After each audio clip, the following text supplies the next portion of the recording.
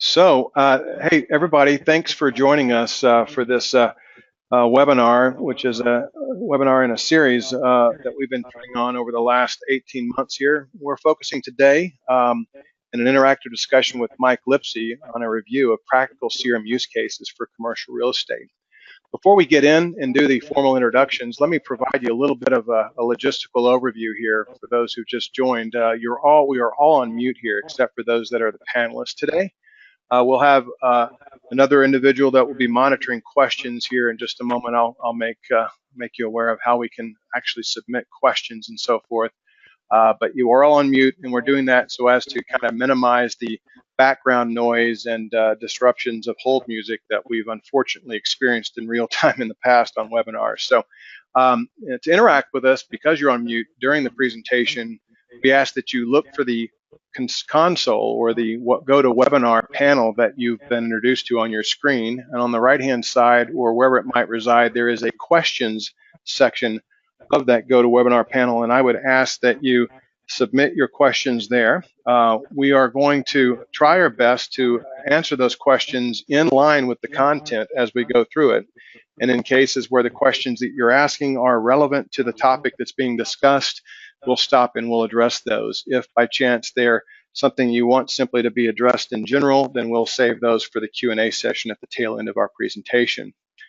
The webinar, as I mentioned, is being recorded and will be available upon request. To submit a request for that, simply go to your email box and address the email sales@ascendix.com, and we'll be happy to send the recording once it's published. And so with that said, let's go ahead and make some proper introductions and we'll get into the presentation. So the voice you're hearing is mine, Wes Snow, one of the founders of Ascendix Technologies, and been in business for 22 years, all in this CRM space, customer relationship management space. We've built the products on a number of different tools, ranging from ACT way back in the day, Goldmine, Telemagic, Maximizer, and have now evolved into true CRM only tools, two of which will be on display today are Microsoft's Dynamics 365 product, as well as the Salesforce.com platform. The last 13 years of which have been focused in the commercial real estate industry, where we have developed products and provided services to companies of various sizes, large, medium, and small. And so based in Dallas, Texas, employees of around 100, and proud authors of Ascendix RE, which, as I mentioned earlier, is built on top of both the Salesforce.com and Microsoft Dynamics platforms. And so with that said, I'm going to hand the baton over to Mike and allow Mr. Mike Lipsey to introduce himself. Mike? Wes, thank you. Hopefully I've met many of you that have decided to log on today. We have a training consulting practice that we've had for a long time, and matter of fact, in 1981, and I'm sure there's many of you that are on the call that weren't even alive in 1981, I sold my firm, Michael Lipsey & Associates, to CB. We were down in New Orleans, and I'll never forget my regional manager, Jim Didion, who eventually became Chief Executive Officer of CB, calls me and says, Mike, in the spring of '82, we're moving you to brand new offices, and there's going to be a kind of a special room, raised floor with air conditioning, that we're going to install a very expensive computer system called 4-phase. And sure enough, this big truck from LA shows up, and they install this system called 4-phase. Must have taken almost a week for them to install it. And then Jim says, Mike, I want you to divide all of your file folders up of all your associates. We had about 32 associates.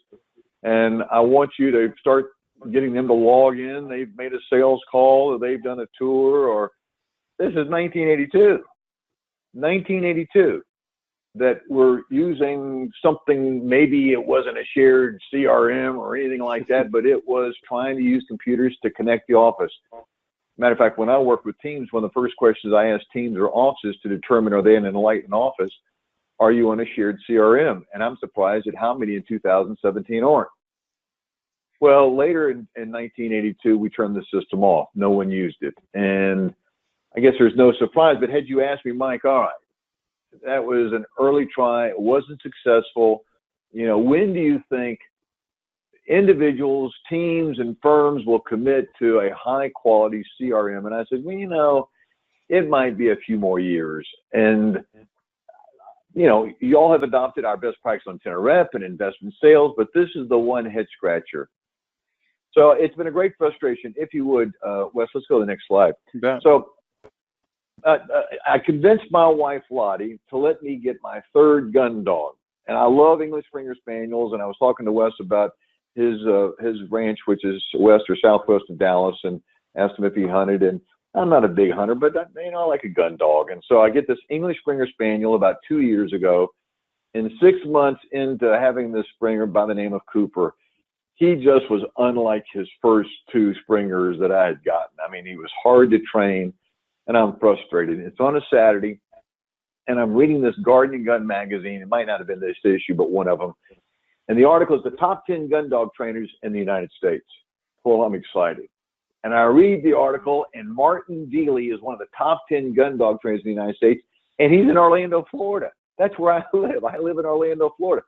I rushed to his website. He's the real deal. I called him. I said, you know, Martin, I've got this dog. I can't train him. He says, Mike, put him through my boot camp. You won't recognize this dog. You won't recognize him when you pick him up. So I had a big West Coast trip that I had to do. Lottie came with me. I dropped Cooper off, and he says, Martin says, I'll see you in a few weeks. So I'm all nerved up, and I call him in 3 or 4 days. How's he doing? He said, Mike, man, this dog's a little different. Well, that kind of concerned me. You know, you got a dog that you get for 14, 15 years. He says he's a little different. And so all my sons are grown. So now I'm concerned about the dogs more than maybe the sons. And so I call back in 3 or 4 days later. I says, Martin, how's he doing? He says, you know, I told you, my wife and I have trained hundreds of Springers. Not only is this one different, he's strange. I said, oh my God, what have I done? He says, but don't worry. He says, I put the collar on him. He's getting focused. He's settling down. He's got a great nose. And Wes, it was at that moment, after 35 years of trying to get brokers to commit to a first-class CRM, next slide, I'm going to issue all of you the Lipsey broker collar. And this is how it works. You're going to tell me you're going to get on a CRM, and I'll put the collar on you on Monday morning, and it goes to 1. If on Friday I see you working out of Post-it notes, business cards with rubber bands, or Outlook, and you're not using, you know, in this case, Ascendix, I'm going to have to bring in the electricity. This is one of the single biggest game changers on how you'll practice. To me, it's beyond my imagination. In 2017, some of you have not made the commitment, and I've given this a lot of thought.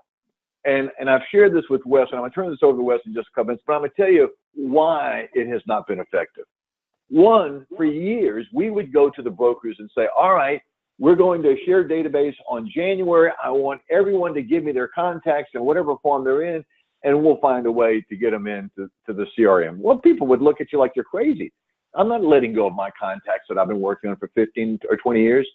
Now, the way we've solved that one is the firm goes to each broker and says, if I build you a group, which one would you want? Oh, I want apartment owners. If I build you a group, which one you want?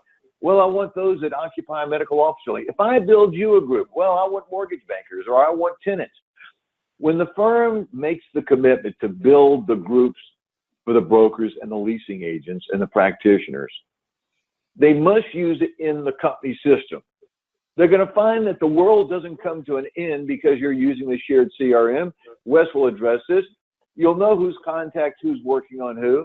And all of a sudden, you'll see this tremendous growth in market share because we now know who in the office is working with who. We'll also know who in the office is not working with who. So the productivity gain is absolutely tremendous. The second thing that we've learned is one of the challenges and one of the mistakes that those that do something like Ascendix, they oftentimes will train on what they want to train on. Not Wes, but some of Wes's competitors. I've always gone to the investment brokers, the tenant rep brokers, the landlord rep brokers, the leasing agents, the property managers, and I've said, what are the 10 or 15 things you would like for this program to do first? And let's get you really comfortable. Let's train the heck out of you. You'll get really comfortable in using it, and then we'll come back and train you on the next 10 or 15. So you must let those who are training you, here's what we wanted to do. So what we did is we went out and surveyed our landlord reps, our tenant reps, our corporate services, our investment brokers, those that even do property management. I said, what are some of the things you would love for a CRM to do for you? The list that we're about ready to show you is not pure investment sale. It's not pure tenant rep. It's just sort of a collage of those. If I gave you one that was pure investment sale, it would look much different than tenant rep. But that's the key. You must share with whoever's going to train you, here's what we want the product to do for us. We know it does 1,000 things, but let's just start off with the first 10. Repetition's the mother of skill. So let's do this, Wes. Let's go to the next slide so we can take a look at the feedback that we got. So I want you to kind of think of this as sort of, and I'm never up past 9:30, 10 o'clock at night anyway, but I understand, you know, they have those late night television programs like Johnny Carson. He would do a countdown from 10 to 1. So here is sort of the reverse order, going to the ones that were most popular, what we heard most, of what they'd say, this is what we want the CRM to do. Now, Wes, I've kind of given you these at the last minute. If let's say Ascendix doesn't do a couple of them, that's no big deal. You can say, Mike, we just don't do that. All right, we'll find out. But one that I heard frequently is, how do I load data into my CRM? So if you say we can do that, we can do it. Fine, we'll go to number 9. Can you do that? We can do it, and I should probably give you a little backgrounder on that. There's a great story and an evolution around this whole notion of loading data into a CRM system. Bottom line is the technology is likened to a house, and the data is the furniture that is to populate the house. If you don't have furniture in a house, the structure is really unlivable, certainly uncomfortable, and probably not all that effective of a living circumstance. And so loading data day one, it's a great place to start, because that's where everybody's journey begins with regards to loading using a system, is getting the data from wherever it might reside, whether it be an Excel spreadsheet. You mentioned, Mike, Outlook address books and so forth. Having all that information categorized and inventoried so that it can make the journey over. And so, we've been doing this for 22 years, and I'll tell you that there were tools that were crude in their design, and they were not usable in the early days, and candidly, manipulating and importing data was a bit of a mental gymnastics effort. It was really challenging. Well, I'll tell you, as tools have evolved, and most of the publishers have appreciated that we have to really make things very, very easy to use. This is one of the areas where they've made great strides. And so what I want to share with you today is a tool that allows for kind of a wizard-like driving in of the data. And so this is, and as I mentioned at the outset, there are a couple of platforms that we deploy Ascendix RE on top of.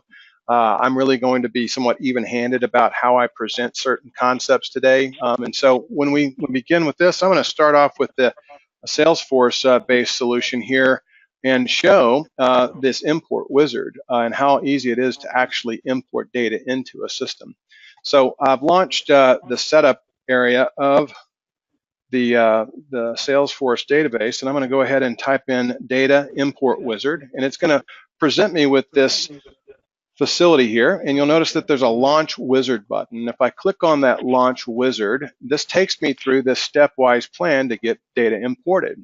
Now in this case, we want to start off with something as simple as accounts and contacts. And so let's imagine in advance I've already gone in and I've exported my data from, say, Outlook, or I've got some pet spreadsheet, and all that data has been curated into this Excel spreadsheet. So I've highlighted the fact that I want to put in accounts and contacts, and because I'm just starting, I want to add new records. Again, no real mystery here. I'm just kind of following this thing from left to right, and then at that point, I simply go to the CSV file that I prepared by clicking on this Choose File option, and at that point, I'm able to go in and highlight that particular Excel file, click on the Open, and now it allows me to proceed to the next step. At this point, I've got a mapping exercise, and I've done a good job of cleaning my data so that the headers for my source data fit nicely with the data structures in CRM.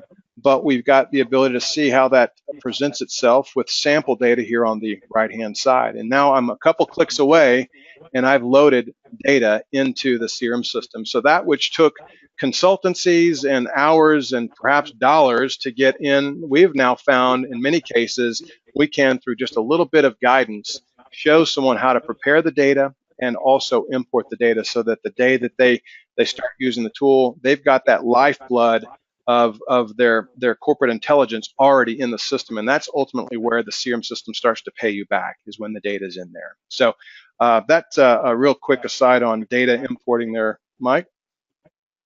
And Wes, let me just mention from a practical standpoint, because we do a tremendous amount of team consulting.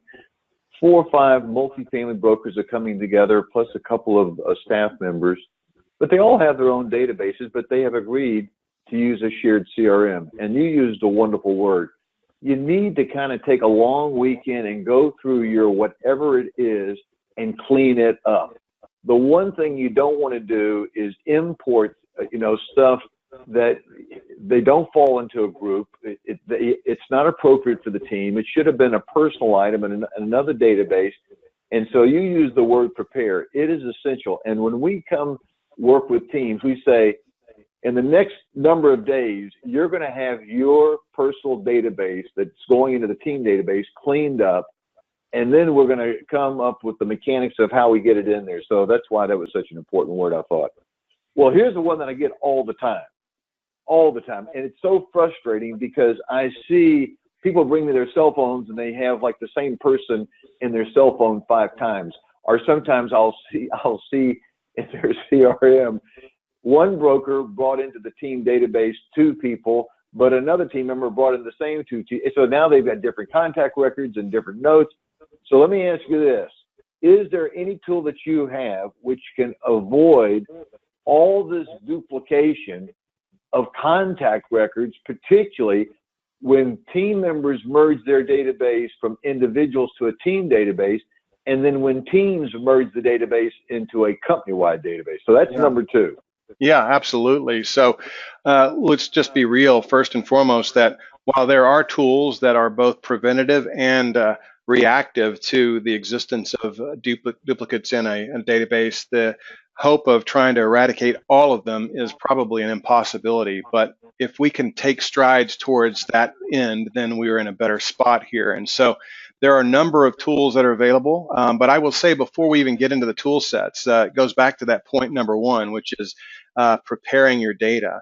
While these tools are great and they're very powerful, there's a unique opportunity to address duplicates in advance by just simply looking at Excel spreadsheets and eyeballing those, and in advance of actually porting the data in, taking care of a good many of those. But let's say that you've done that. Yes, Wes, I appreciate it, I agree, but we're porting the data in and we're still seeing these duplicates. What do you have in the way of preventative as well as reactive cleansing tools in the system? And so I'll share with you, in this case, Dynamics tool sets that allow for this data management, as we call it. And so I'm going to go to the settings area and go to data management, and you'll see a facility called duplicate detection rules. And so what we're doing is we're defining what determines a duplicate. And so there are a number of rules that we can define, from company to contact to lead records. We're going to focus in on this one that's been defined for contact records, which is traditionally where we see most of our duplicates. And so with some fair amount of precision, we're able to go in there and refine a rule that says, you know what, I don't want a too lax rule, but I don't want a too stringent rule here. I want kind of just the right rule. And so through best practices and evolving these rules over the years, one of those that's quite popular is the one that I'm showing you now, and that is that we have a 3 characteristic match.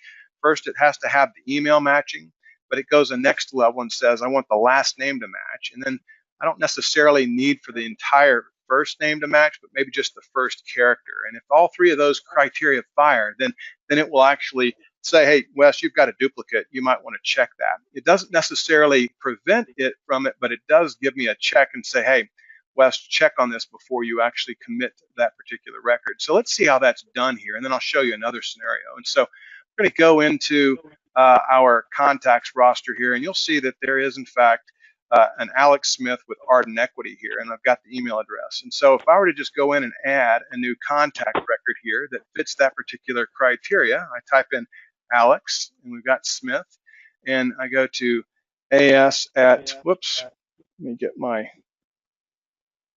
at arden.com and hit the save button. We'll see that this duplicate detection facility pops up, and it shows the record I'm trying to enter in, but it also shows the record that exists and says, would you maybe take a look at this one first before you commit?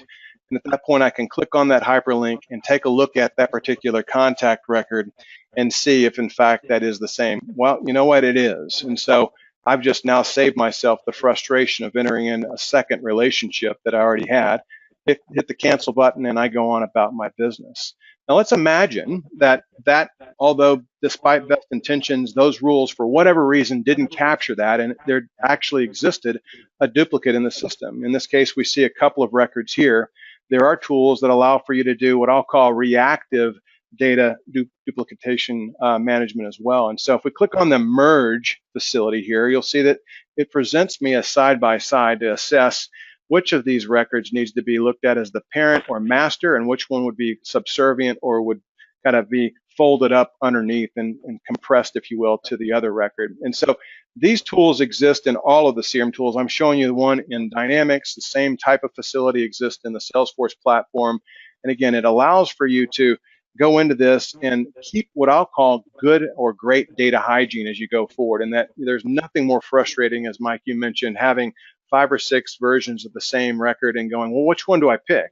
For fear that if I go to the wrong one, I may have the wrong email address or phone number, or moreover, as we'll see here in a minute, I won't have proper context of the historical activity that's gone on with that particular contact because it's related to another one. So it's a big issue out there, and there's a lot of tools out there to help to address that. And let me mention from a practical matter, our database at the Lipsey company is probably about 152,000 contacts. It's not a casual or part-time job to maintain your database. I mean, to us, maintaining our database is one of the most important tasks that we have. And if we have any principals or owners or team leaders on this call, one of the most important resources that you have on your team is someone that is committing a large part of their time to maintaining the database. Leasing agents and brokers, they'll, clean up a little bit, but we can't ask them, particularly if there's thousands of prospects and contacts in your database, to expect the broker to maintain the database. So it's really important that you think about, how do I get this done? If you're relying on your transaction folks, that's going to be tough. Mm-hmm. And so one of those things, I get this all the time, what's one of the most important staff persons that we staff first? And I said, it's whoever is going to be the staff person responsible for your contact management system. Yeah. All right. You ready for another one? I'd actually, just if I could add on that, because it's such an important point there, I would say that the investment or lack thereof of someone that it resembles a data specialist is a direct reflection of how coveted that data is inside of that CRM system. If it's trivial and it's not being used, then somebody's not putting a database administrator in there. You're not getting that much value. But gosh, if you're truly going to go all in on this and get the maximum value there, don't just train people on how to use it, but take that next step and ensure that your investment is long lived by having someone care and feed for, and make sure that that data hygiene and integrity is always there. You cannot delegate that responsibility to the end users. It's pretty much a full-time job. I'm doing a program in Chicago several years ago, and I happen to be in Chicago today, and a broker yells at me, Mike, who wins? And I yell back at him, not yell back, but I raised my voice. I said, it's the broker with the best database that knows how to use it. And he raised his voice and yelled back at me, you're exactly right. All right, let's keep going. We've got, right, very good. I don't know if we're going to get through all 10 of these, but we'll get through most of them. All right. I get this one all the time, and it weirds them out. Oh, Mike, I'm so nerved up. I love Outlook. I use Outlook all the time. Our team uses Outlook. Can I integrate a CRM with Outlook? Are they two standalone programs that don't talk to one another? So how would you answer that, Wes? Well, they do serve two different purposes. A CRM tool is not a collaboration platform in the real sense of emails back and forth. There's a leaning towards that, but they're not there yet. And candidly, I'll tell you, I'm arriving at the scene and I'm trying to solve a CRM problem, and you've already got a nice usage of a tool called Outlook here. I don't want to move your cheese on that front. I've already got enough change I'm dealing with. And so let's not have you go in there and learn a new collaboration or email platform, but rather embrace it and integrate it with the tool. And I will tell you that in the 22 years that we've been doing this, obviously Outlook didn't exist 22 years ago, but about 7 years in, maybe 5 years in, there was this notion of integrating Outlook, a very popular email platform, with CRM tools. And I'll tell you, It was an absolute failure, botched attempt the first two around. That wasn't just Microsoft; it was other platform providers as well. And not until here recently have there started to become real, practical, and meaningful advances in this world of integrating these two systems that are so important to the tool belt of a broker. So I want to share with you a little bit of how that works today with some practical scenarios here. So let's just get into this scenario right here. Let me just get out of that. You can plan for a lot of things, but not everything in this thing. So, all right, here we go. We got an inbox here. It's the demo inbox, and I've received an email, and the goal is for me to take this really rich piece of correspondence that I've received and attach that into my CRM system without a lot of fanfare. I don't want to have to be clicking around and hopping from one app to the next. And so what we have here, and I'm showing the Dynamics integration, and it works very similarly in the Outlook integration, is this ribbon bar add-in. It's this case, Dynamics 365 button. When clicked, it brings this, what we call a side panel in place. And so ultimately what we're trying to do is present data from the CRM system in the context of Outlook relative to the sender of the email. Well, in this case, this scenario that we've prepped, there is no contact in the CRM system that matches Kristen Stewart's email address. And so what are we left to do? Well, in the past, you'd have to go to the CRM system, create the record, and then come back here and complete the process. Well, now with both Dynamics and Salesforce, I'm actually able to streamline this considerably. And so you'll see that I'm clicking on the Add to Dynamics 365. It's asking me if I want to create a lead or a contact. I click on Contact. It parses the information from the email, first name, last name, and the email. Now, as a responsible steward of the database, I want to make sure that I don't get into a contact-centric only world, but actually manage both the account and the contact information. And so I click on the account field to go and see if AKKR is in the database. Knowing that they're not, I click on the New button, and at that point, I simply type in that new account name. And once I tab out of there, the Save button becomes available to me. I hit the Save button, and now I've created a new account name, again, without ever having left Outlook, mind you. I've got the first name and the last name, now the account and the email, and if I wanted to lift any of this other information, I could. I hit the Save button, and now I've created a contact and an account record, and at which point I've now connected that particular email to that count and contact record. It's really streamlined here lately. And again, like I said, that's available on both Dynamics and Salesforce. Let's take another scenario where I actually had someone who was in my CRM system. What would that look like? And that will oftentimes be the case when you start to establish a great practice of putting all your contacts in CRM first and then allowing for emails to come in. And so in this scenario, I simply click on the Dynamics 365. It recognizes that there is a match. And at that juncture, I'm one click away and I move on to the next and I go about my business. And so email, both inbound and outbound, has been greatly improved. The stream and the workflow and the intuitiveness of this is really greatly increased. And so I think that's a real big win for everybody on the phone.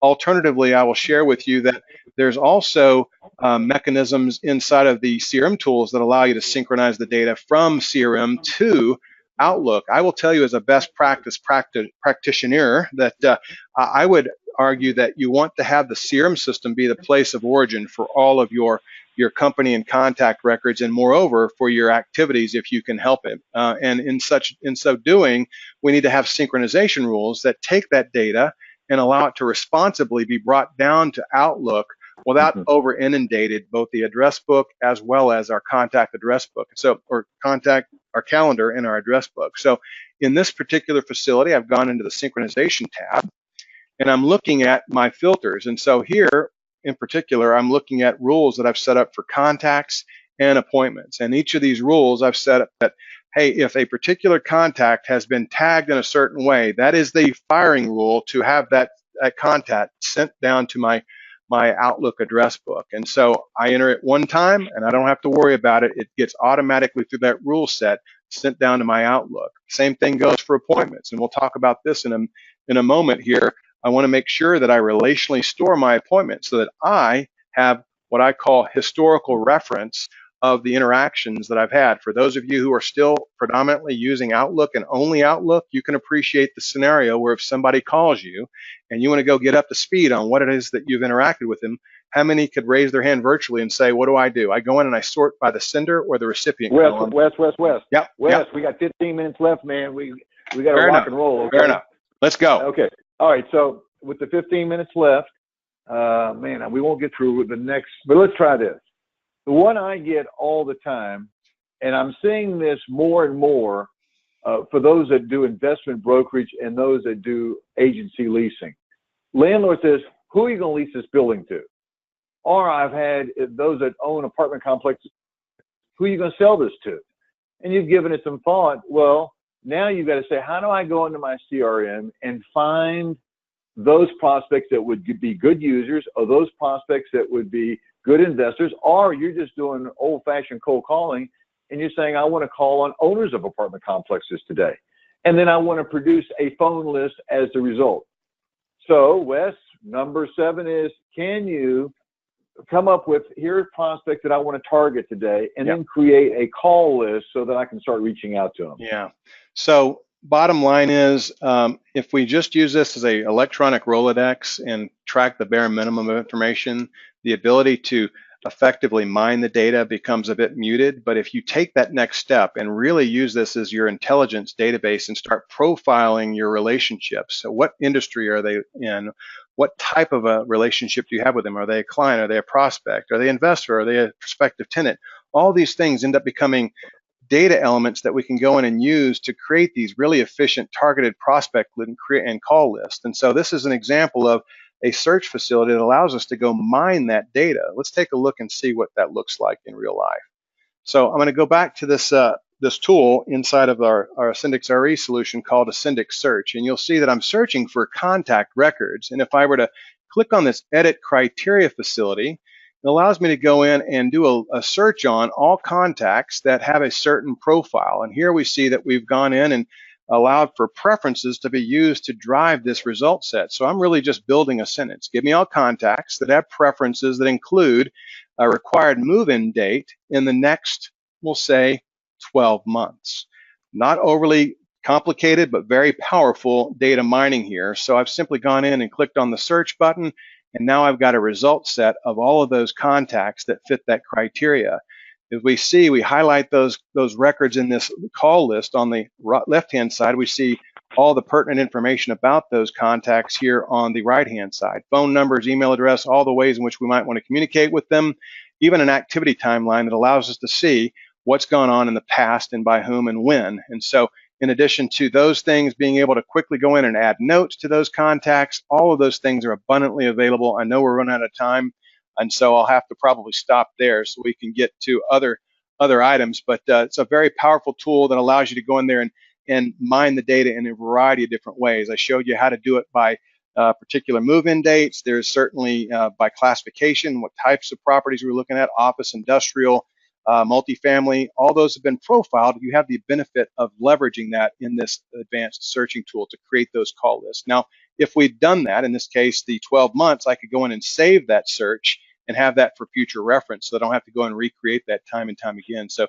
this case, contacts with leases expiring in the next 12 months might be the name of that, and we'd have that for future reference. So lots of we could go into, but running short on time, we'll go ahead and hand it back to you, Mike. Well, we'll do 2 or 3 more. One of the most valuable best practices our teams and individuals have implemented over the last 3 or 4 years is what's called an e-comp, e-touch, e-gift. And an e-comp is nothing more where a transaction, sale or lease, takes place, and you decide who would be interested in this comp. You're not going to send it to your whole database, but you know, a shopping center lease just takes place for those who own shopping centers. Or an industrial building sells, well, it'd be those that own industrial buildings in this sort of sub-market would really be interested in knowing that a property sold for a record price, because we're finding anywhere from an 8 to 9% response rate. So you send out an e-comp, all text, no photograph, that simply says a property very similar to yours has just sold for a record price. If you would like to know the details of that transaction and or would like for us to stop by and give us a call, I send out 50, 4 or 5 responses come back. Those are pre-qualified responses that would take you a while on the phone to get those. So here's my question. Can I leverage emails as an effective sales and marketing tool? That's number 6. Yeah, thank you. So the answer Of course, yes. Let's talk a little bit about two scenarios here. You mentioned one very, very well, and that is, we're not necessarily needing to go over the glitzy hump here and create a graphic and a flyer, if you will, but simply want to go out there in our daily correspondence with people and use email to touch people and influence them and make sure that they feel like we're staying in front of that relationship. And so there's this rich text emailing capability that we'll touch on. And then of course there's the other, which is more of a one-to-many marketing, where we're blasting it to a lot of people, and we're interested in a more graphics oriented approach here, and perhaps leveraging an email service provider to put a flyer that you see here on the screen, and then being able to track the metrics of that particular email sent, how many people opened it, how many people clicked on it, things of that nature. So let's touch on both of those real quickly here. So in this scenario, we might say that we've had a phone call with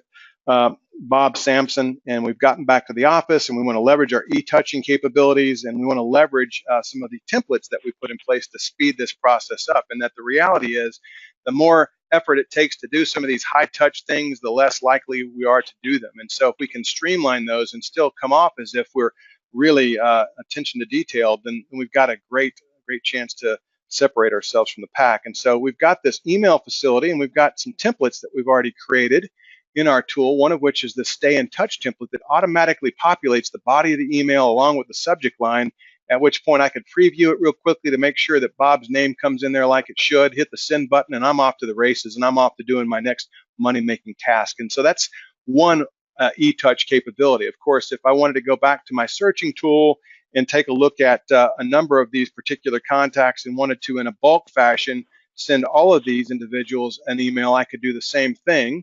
Instead of being a one-off, I can leverage that same template that we showed earlier, inserting that, and now I'm emailing, communicating, and influencing all of those people. So that's your rich text emailing capability. But of course, there are others as well that might want to actually do something a bit more graphical in nature. And so we can go to some email service provider tools. In this case, we've got one called Click Dimensions that works with the Dynamics 365 solution.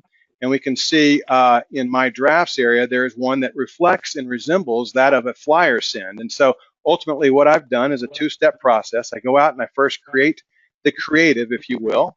And the creative is shown here. I've got my property, I've got a logo and things of that nature. And so the creative's done. And then I go in and I assign the various marketing lists that I've procured and curated using all those data tools that we showed earlier, and assign them to this. And then at that point, I hit the send button, and off to the races it goes. The deliverability, the clicks, and all that, which then turns into something like this. I'll show one that's already been sent in the past. And that's an email that most of you probably saw in this whole process of trying to drum up awareness for the program. This is the email that was sent out to some, if not all of you, and you'll see that there are statistics. This was all sent out. We'll see interacted with, bounced, unsubscribed, click rates, open rates, and all that. So for those who really want to go and get forensic on this, there are tools like this that integrate with the CRM tool to really have you be a supercharged and superpower marketer. Wes, let me ask you this before we get to number 5. Any questions yet from the participants? Chris, anything that is timely to address at this point? No, not at this point, Wes. Okay, thank you. All right. So, Wes, this is what I heard as we did our survey. Now, Mike, I'm in brokerage. Rarely am I in the office. I'm doing tours. I start my morning off in a client's office, and then I do a couple more tours, and then I go to lunch. But I need to be able to access my data as I'm on the road.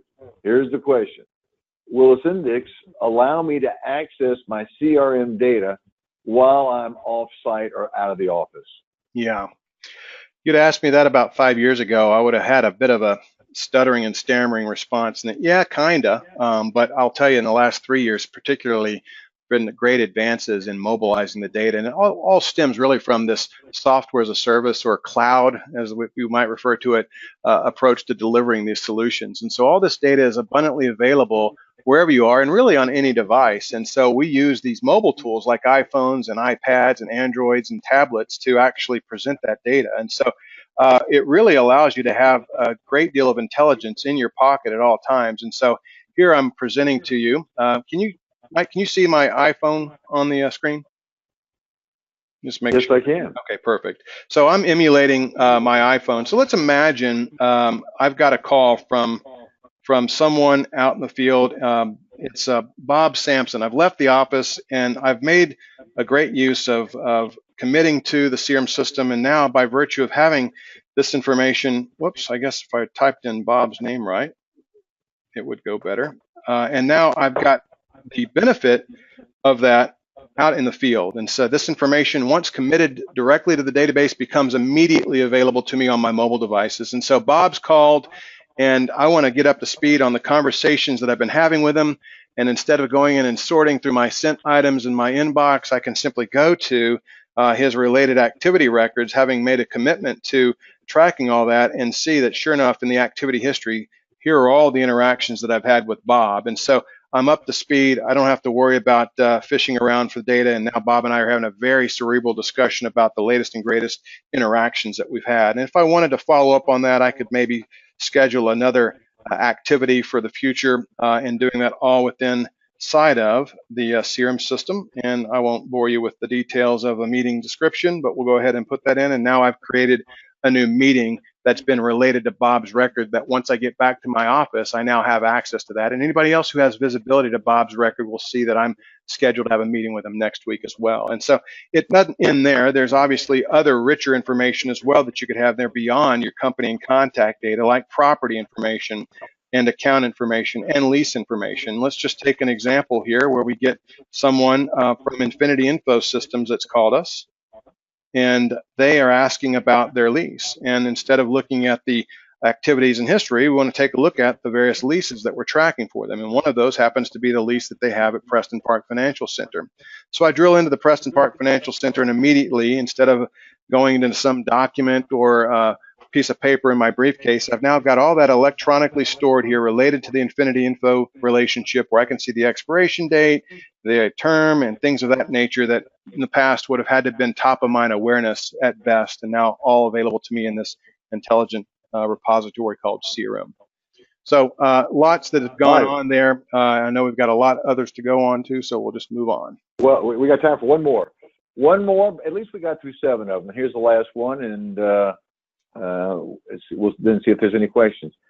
I get this one all the time, and as a consultant that works with teams, I am a big fan of, I want to measure what you say you're going to do. So one that I got from my teams and from many of the brokers and leasing agents we surveyed: can I track my activities, those that are scheduled versus those that are completed? And then, you know, I've got to report to my senior broker or the manager, whoever, that we in fact accomplished what we said we were going to do. So the last one we will have time for today is, how do I track my activities, scheduled versus completed? Yep, perfect. So here's a great dashboard that resembles that. I love the saying, you can't manage what you can't measure, and you candidly can't measure what you're not tracking. And so I think what I will say as a subtext to this is that you have to commit to using this as not just a Rolodex, but as an activity and correspondence tracking tool if you really want to get the value that we're speaking of here. We all know, and it's all fairly straightforward academics, that we don't just have opportunities jump into our pipeline. We have to go do the work. We have to make the e-touches. We have to make the phone calls. And candidly, if we don't set goals for ourselves to do those things, then we probably won't do them.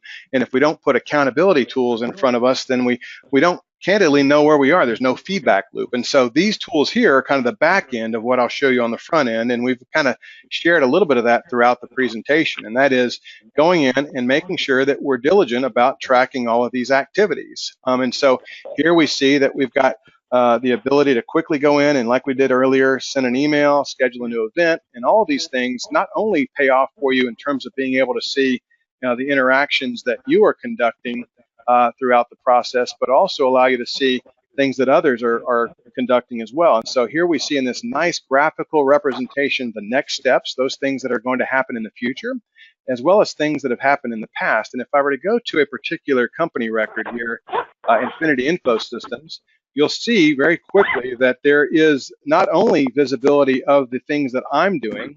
I'm being logged in, it says you, but there are things that are being done by others on my team as well, like Chris Peterson and Ross Goldberg. And so I've got kind of visibility across the organization in terms of interactions and so forth. And so that's all great on an individual basis. But if I go over to my dashboard, I can take a look at and have visibility of kind of all up dials and charts that really speak to me about how I'm doing against goals and who am I touching and when. And so I've got scheduled activities with accounts and scheduled activities with contacts, and even being able to look at my completed calls and marketing reports. Here's a great goal to actual where we're putting a target for a number of completed property tours on a monthly basis, and seeing that I've got 7. I've got some ways to go to get that particular goal.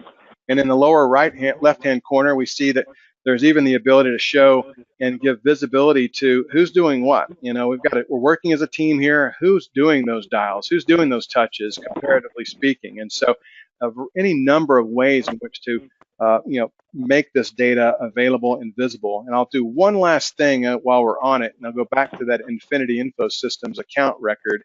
And I'll show you just one other visibility tool that is kind of bringing 2 points in one. So we see that we've got this activity timeline here showing us the activities in advance and those that have been in the past. But we also see that with a quick glance at this tab called the Relationships tab, we have the ability and this really reflects reality. It's very rare that one person within a firm has a relationship with someone out there in the field. Oftentimes, one may have a deeper relationship with another, but what we've done here is allowed that the realities of the world to be reflected in that.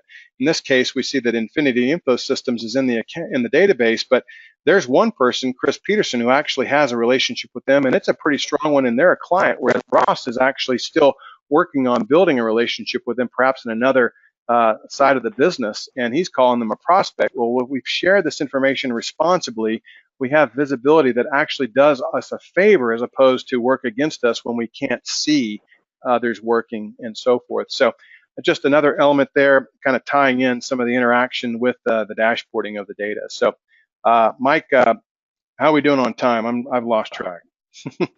Well, I'm headed to the airport. I'm in Chicago, and I've got to catch a flight. So I'm impressed. You got through 7 of them, and you moved at warp speed. I've got 30 seconds before I've got to walk out the door. Any questions that you have either for Wes or myself? Wes, there's a question about data. Can your system load notes and history from ACT into Ascendix? The answer is yes. So the prerequisite would be that we got to make sure that there's a note or a record ID to tie those notes to. So as long as there is some sort of an identifier to the note, then absolutely we've got tools that will allow for the importing of that data to those company and contact records. And we've done it, and be happy to speak with anybody who wants to talk about it. Well, Another Wes, question? I've got to scoot. Wes, right. I appreciate it, man. This was enjoyable. I'm sure all the questions that you'll have will be for you. Thank you. Thanks, Mike. Appreciate your time. Safe travels. All right. Well, hey, are there any other questions there, Chris? Yep, just one more about duplicates here. If you input a list after you already have data in the system, what is the best way to pull out duplicates? So there are merge facilities that exist in both systems here, and as I was showing just briefly, you've got, let's just take a list of contacts here. You'll see that we've got 2 duplicates at this point, and by selecting those, you can go in there and use this merge facility to go in there and do a comparison and allow for one of those to be the primary, or perhaps even doing some more granular selection where one of them is the primary, but there are some exceptions to that rule where you need to modify the attributes of the subservient record and have that override the primary record. So this tool of comparison and merging is existent for those instances where duplicates have made it into your CRM system and you want to go in there and cleanse that. Okay, and one more has just trickled in if we have time, which is how do we track calls on dashboards? Is there a third-party software needed? So tracking calls, oftentimes when I get that, it's intimating that there's some sort of a dialer. And so obviously you've got the phone number in there, and then there's the manual process of picking up the phone and actually doing the dial.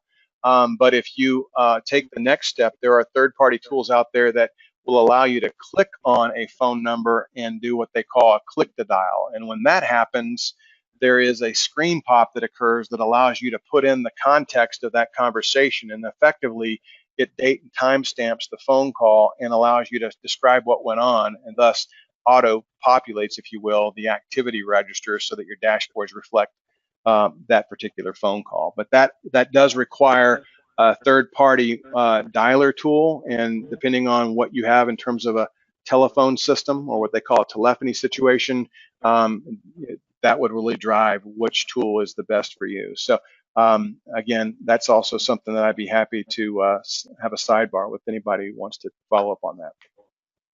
And Wes, if you can humor us, what are the last 2 points on your top 10 list?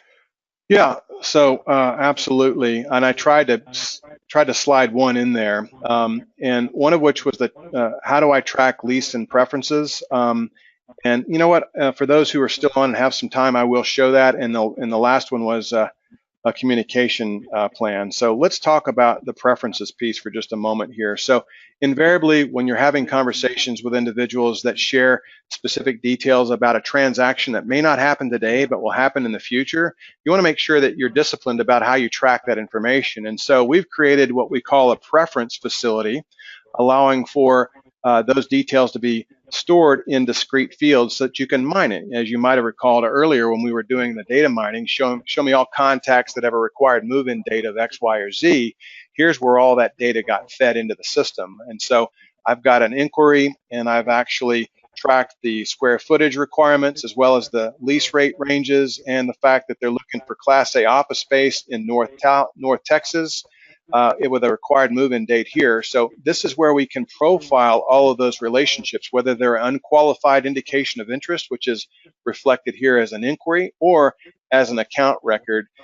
Those are all specific so that, and I'll tie this back around, you go back to the search facility, and I can use this particular searching tool to go in there and start mining off of all of that data because I took the time to track it. So here we see, give me all contacts that have an interest in properties of type office and perhaps even in a certain geography. And so I might say, that's great that they've got an interest in office property, but perhaps I want to see them in a certain geography like around the Dallas area. And so at that point, I click on the search, and now I've got my results set. This doesn't happen until you take the time to put those profiles and those preferences in. So that was another area where Mike and I discussed we just didn't get to. And so it's a huge benefit. And it really does start to bring to the forefront the two-way information flow and the value flow here. If we can show you what you can get in terms of tools to go in and search for that information, we've seen that there's an incentive to actually go in and put the information in. It's